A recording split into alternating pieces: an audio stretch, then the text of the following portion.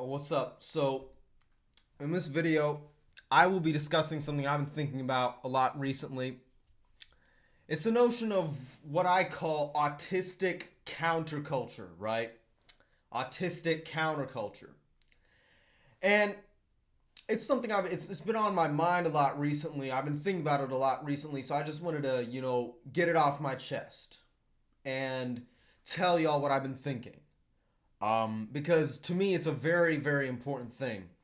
And I believe that the rest of the world, especially the rest of the autistic community, needs to know about and understand this concept.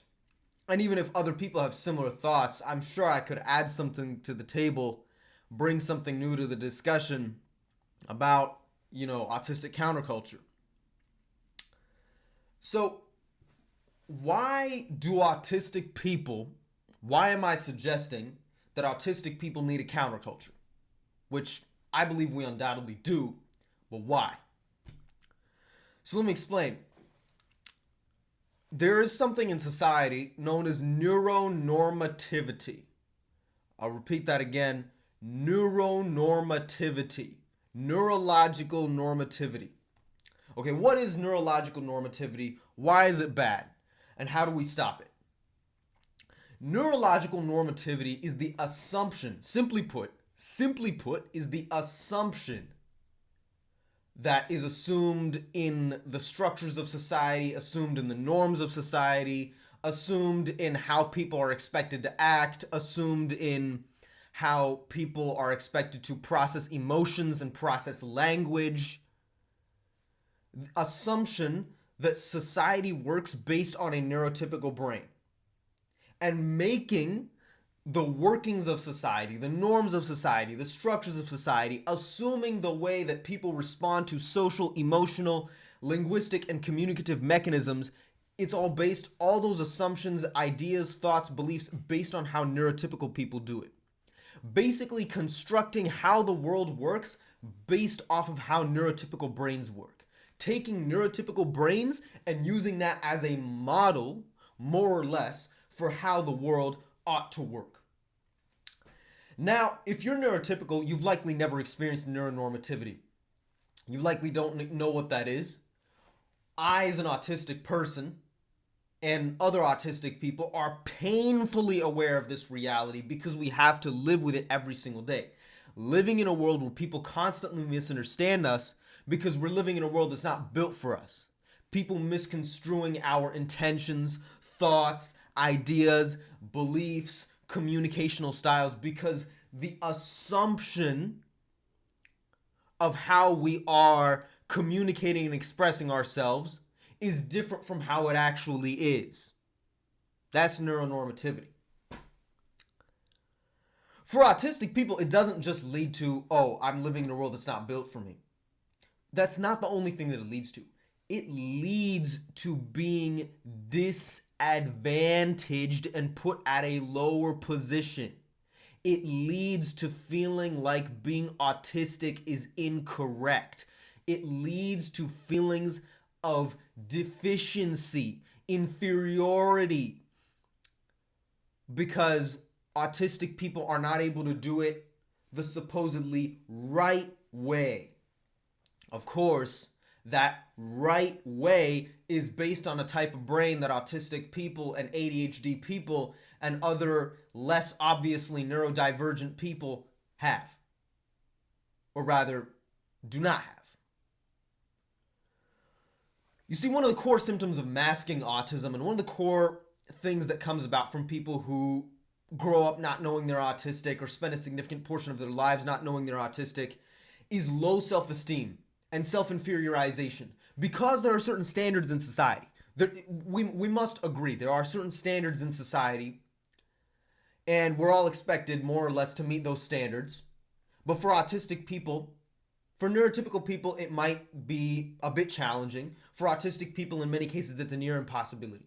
I'm serious. I'm totally serious. And that leads to feelings of self-inferiorization, guilt, negativity, and another core symptom of masking autism or not knowing that one is autistic is misattribution of autistic traits to other variables, okay? misattribution of autistic traits to other variables. And when I say that, I do not only mean the misattribution of autistic traits to other aspects of one's identity, such as one's race or one's gender or one's socioeconomic class or one's religion or the part of the country or the world where one was raised in. It's misattribution. But another form of misattribution is not misattribution to other aspects of one's identity. It's misattribution to negative values. Oh, I must be lazy. I must just really be stupid. I must just not be intelligent at all. Or, I'm just a jerk in social situations. But then I realize, hey, I'm not a jerk. I'm autistic. I'm not lazy. I'm not stupid. I have ADHD. Wow.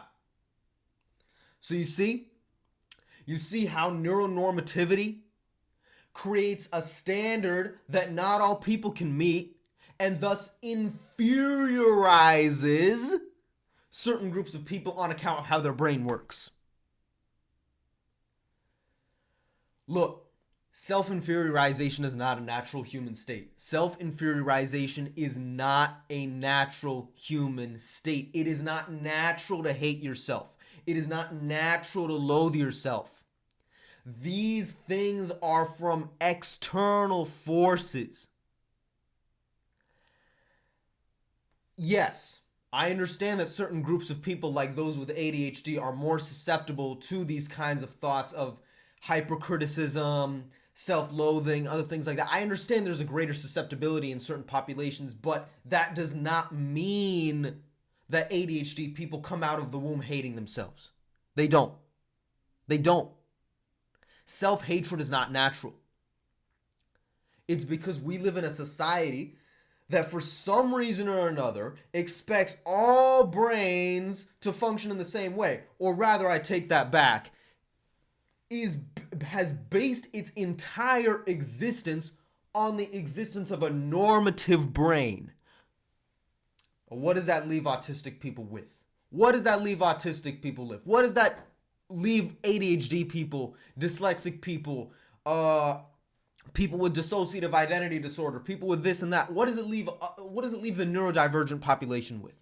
And I'm not going to speak to the other neurodivergent populations. I'm going to speak about myself as an autistic and ADHD person with sensory and interoceptive / emotional differences, aka alexithymia. I'm speaking about myself in that regard. Now, I want to understand, well, I want to help you understand another thing that comes about that is a serious problem in our society. Now, you may have heard autistic people being discussed in context of the pathology paradigm and the neurodiversity paradigm. And let me explain to you what those two things are. The pathology paradigm is the assumption that there is one normative type of brain, and there are other types of brains which are disordered versions of that normative brain. You following me there? Disordered versions of the normative brain, okay? Like, for instance, attention deficit hyperactivity disorder, autism spectrum disorder. And what is autism spectrum disorder made of? Deficits in social communication and interaction, restricted and repetitive patterns of behavior and interest. And ADHD is like, when talking about the symptoms, again, that's the pathology paradigm of ADHD. We're talking about like inability and deficiency and disorder. I mean, let's be real here. In many cases, autism and ADHD are disabilities.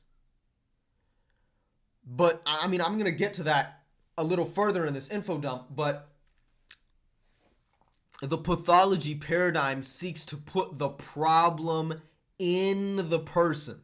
The person cannot work with that, again, back to that neuronormative standard. The person cannot work within that neuronormative standard, and therefore they are labeled deficient.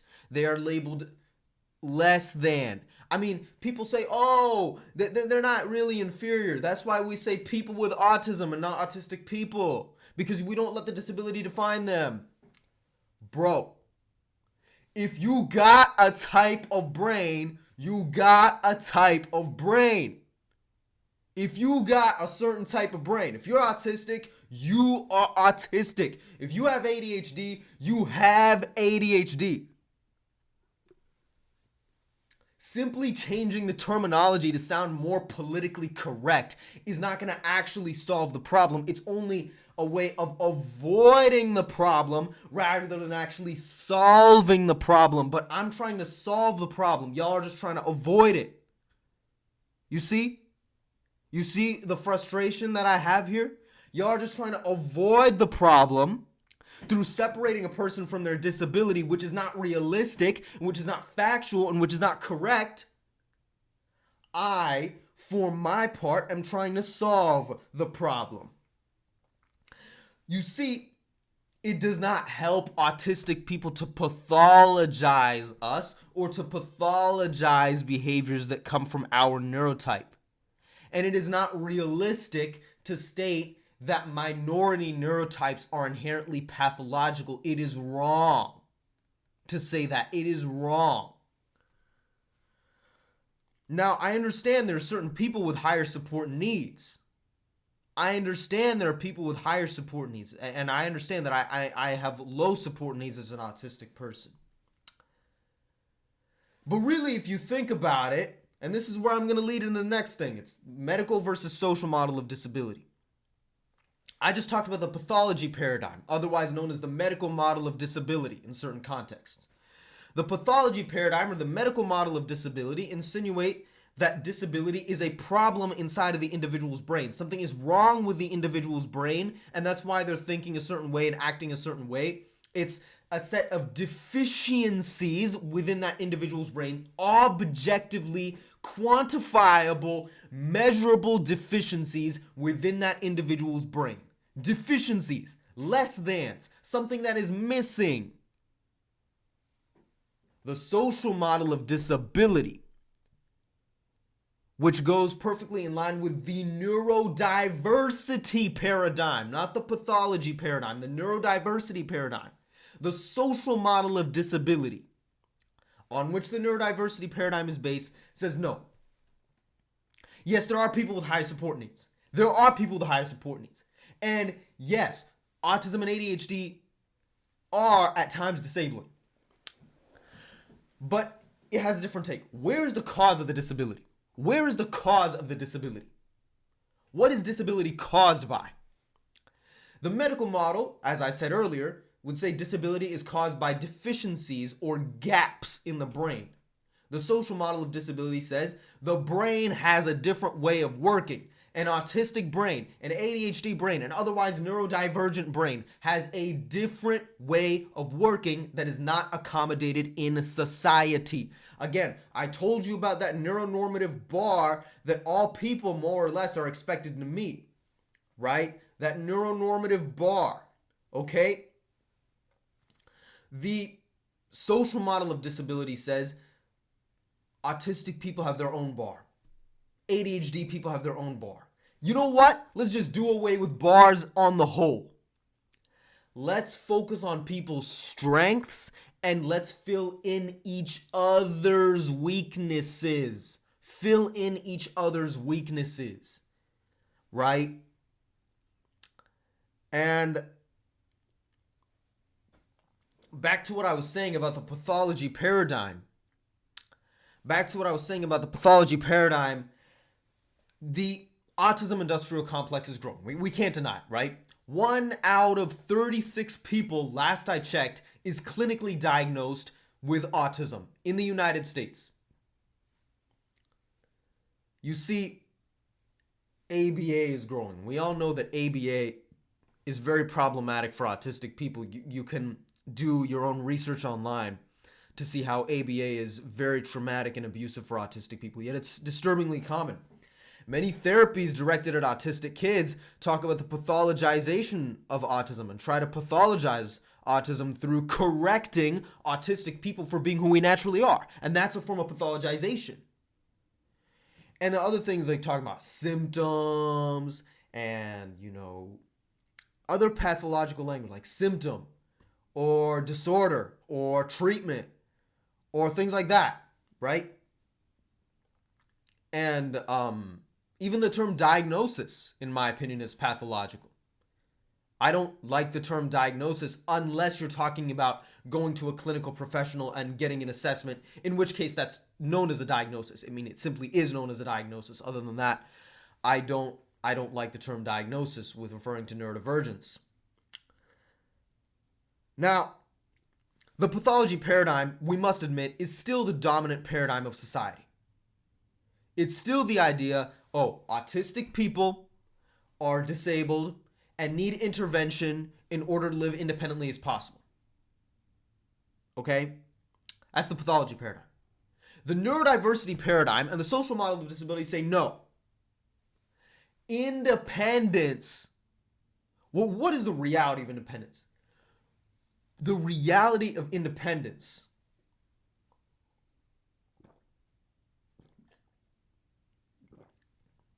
is that no one truly lives 100% independently. Independence is a measure of how easily one is able to access supports of society and structures around them that help them live their life on their own. For autistic people, in many cases, that's not a possibility. What autistic people need is autonomy. Autonomy. And I'm going to make a distinction. There is a distinction between autonomy and independence. Autonomy is the ability to make decisions for yourself, understanding you may not be able, not all autistic people can live independently. Not all autistic people can live independently.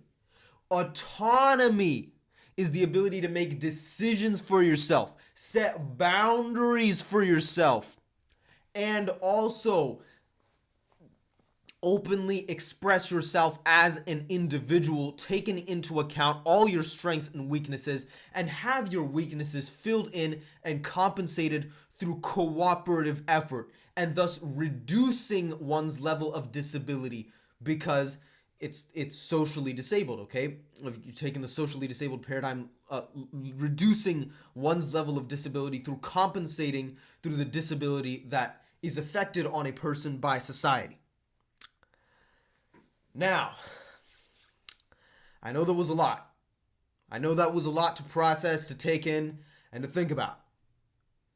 And you might ask, why do we have to be defiant about it? I'm like, look, refer back to what I was saying about the pathology paradigm. Okay? Refer back to what I was saying about, that bar, that benchmark which all people are expected to meet. Neuronormativity. Neuronormativity in the pathology paradigm. If we keep following neuronormative expectations of what we ought to be and not be like, if we internalize the self-inferiorization and self-humiliation of neuronormativity and the pathology paradigm, we will always feel less than. We will always feel inferior, less than, weak, less capable, and feel like we're just trapped and can't get out. We need human scale support systems. What would this counterculture look like? Yes, we have to aggressively rebel against the pathology paradigm, aggressively rebel against neuronormativity. We have to fight neuronormativity. We have to fight the pathology paradigm. We have to attack neuronormativity and attack the pathology paradigm. Because it's the only way we're going to not just survive, but thrive and grow as autistic people, be demarginalized as autistic people and accepted as equals in society as autistic people. We have to start from the ground up.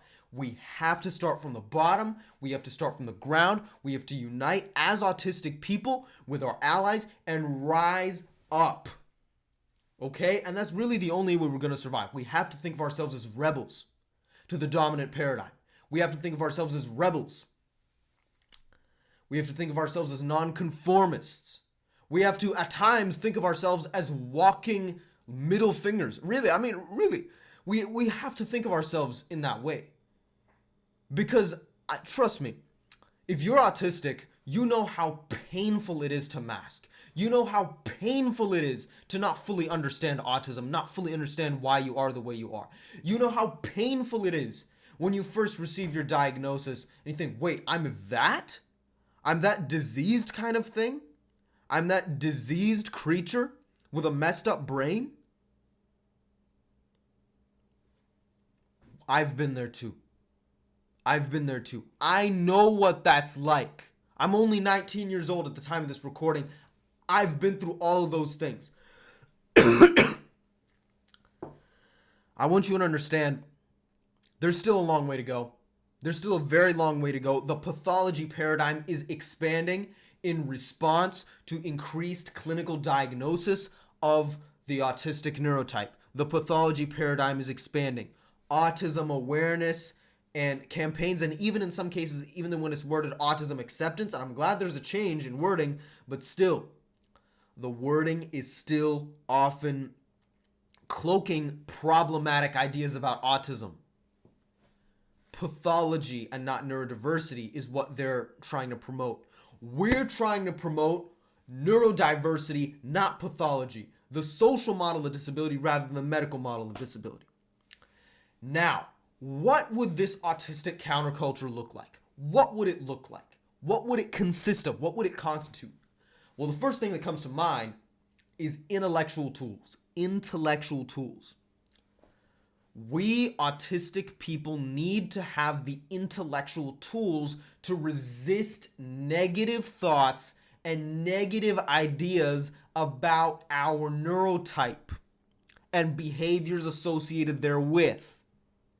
We need to have the intellectual tools to be able to explain to ourselves that how to dismantle our masks. Because how much of a mask is bad thoughts and negative ideas about autism and being autistic that are internalized from society, internalized ableism, internalized shame, internalized negative beliefs about autism and about neurodivergence.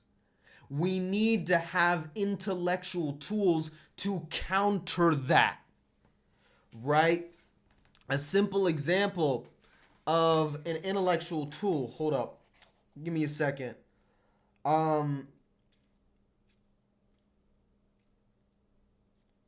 Let's say you fear that you won't be correctly understood, or it's off-putting to other people for you to act autistic. It's off-putting for other people to see that you're acting autistic. Okay? Let me take that apart. There's still that element of self-inferiorization. It's the still idea, I gotta conform to this standard. This is the way the world works, and I have to conform to it. There's still that lack of agency. There's still that feeling like of powerlessness, of lack of agency. Like, okay, I gotta just do it this way because that's just the way it is, and I have to do it, and I have to like follow the status quo and whatnot. So if you feel as though you are off-putting an individual through openly acting autistic, or people will not understand you, the intellectual tool is number one. People will not understand you if you're masking your autism. That's actually the number one reason I think why people have such a hard time understanding autistic people, because of masking. Masking prevents neurotypical people from understanding autistic people. And if someone thinks it off-putting, that you're off-putting for acting autistic, why would you want to pay attention to the opinions of an ableist ignoramus who thinks negatively of you? Why do you want to put weight on the opinion of someone who's thinking negatively of who you naturally are? Why? You know, and then that's just one example of an intellectual tool. You know, And an intellectual tool, someone maybe is masking their stimming. And they're not stimming because they want to mask their stimming, right? I'd say, look, your brain needs it. Your brain needs it. And sometimes we have needs. And needs are more important than just what society accepts. More important than social acceptability.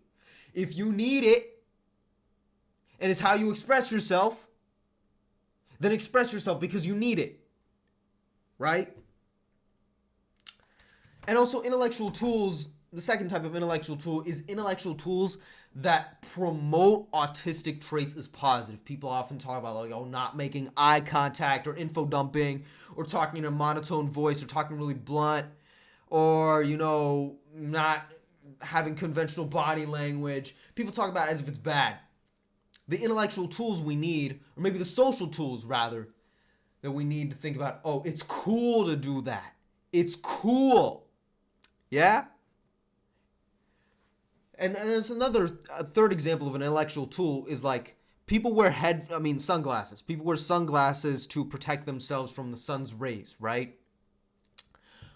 Autistic people wear headphones to protect their ears from loud sounds. What's the difference? Intellectually, think about it. What's the difference? Okay, people conventionally in society, they go outside, it's a hot sunny day, wear sunglasses. Okay, how is that any different on an intellectual level from headphones on either side of your ears? Intellectually, how is that any different? Really? How is that any different? A second thing that we need is not just the intellectual tools, but we need asociality, as David Gray Hammond calls it. David Gray Hammond, for context, is the founder of the blog Emergent Divergence, based in the UK. He is a aspiring, really emerging researcher and a counselor in the autistic community, and he calls the way autistic people naturally interact asociality. Autistic people have been frequently accused of being asocial, not social. Deficits in social communication interaction. But David says no, it's asocial, not asocial. Asociality. Because look, if you're surrounded with autistic people, your masks are going to drop. You will be amazed being surrounded by other autistic people, how naturally and effortlessly communication flows.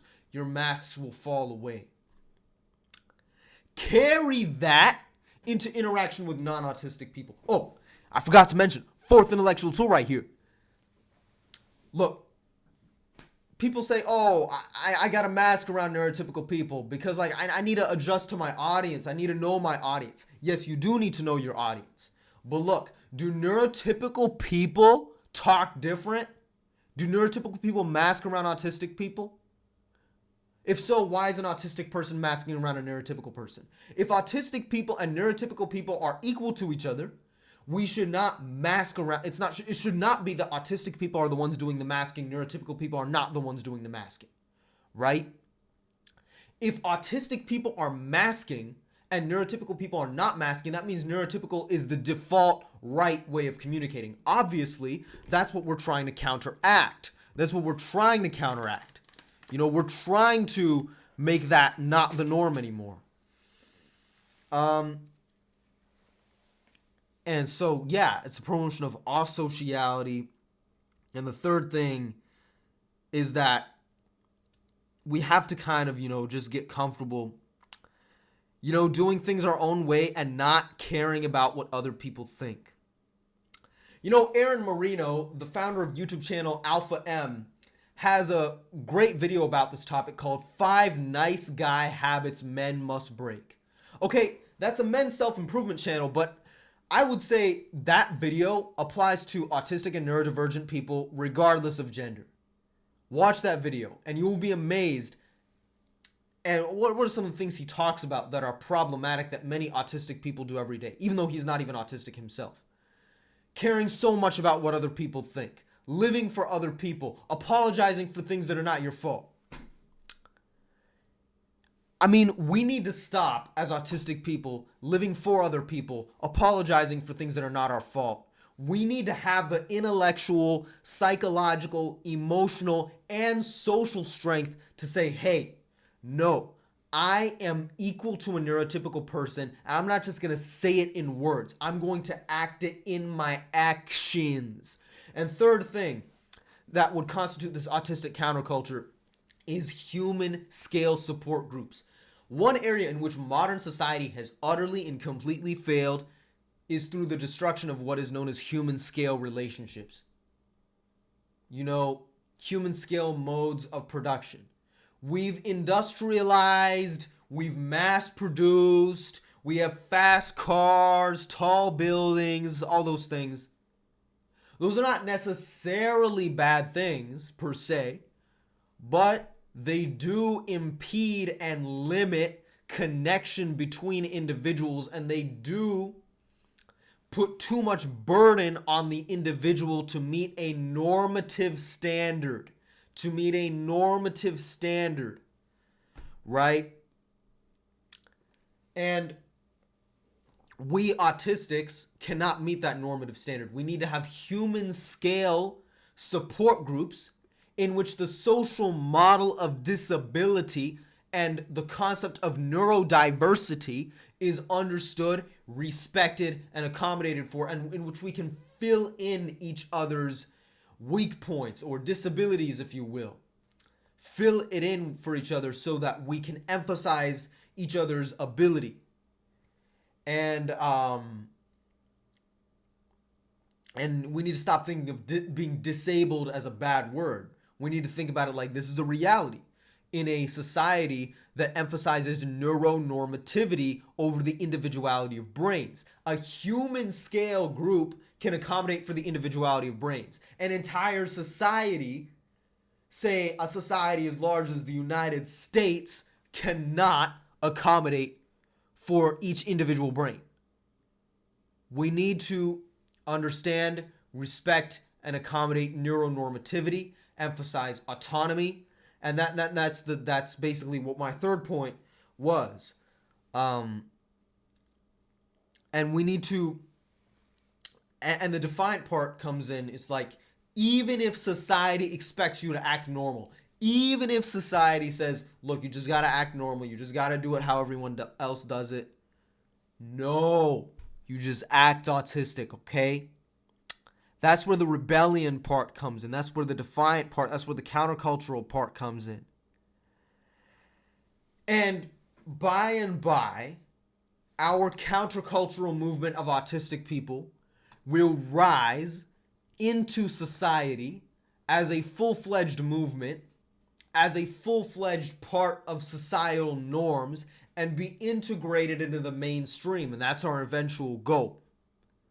If you watched this all the way to the end of the video, thank you so much for sticking with me. I hope you enjoyed it. I will probably not be making more info dumps in the future, at least in the near future. But please subscribe to my channel and recommend it to other people. Thank you much. Thank you very much. Have a good one.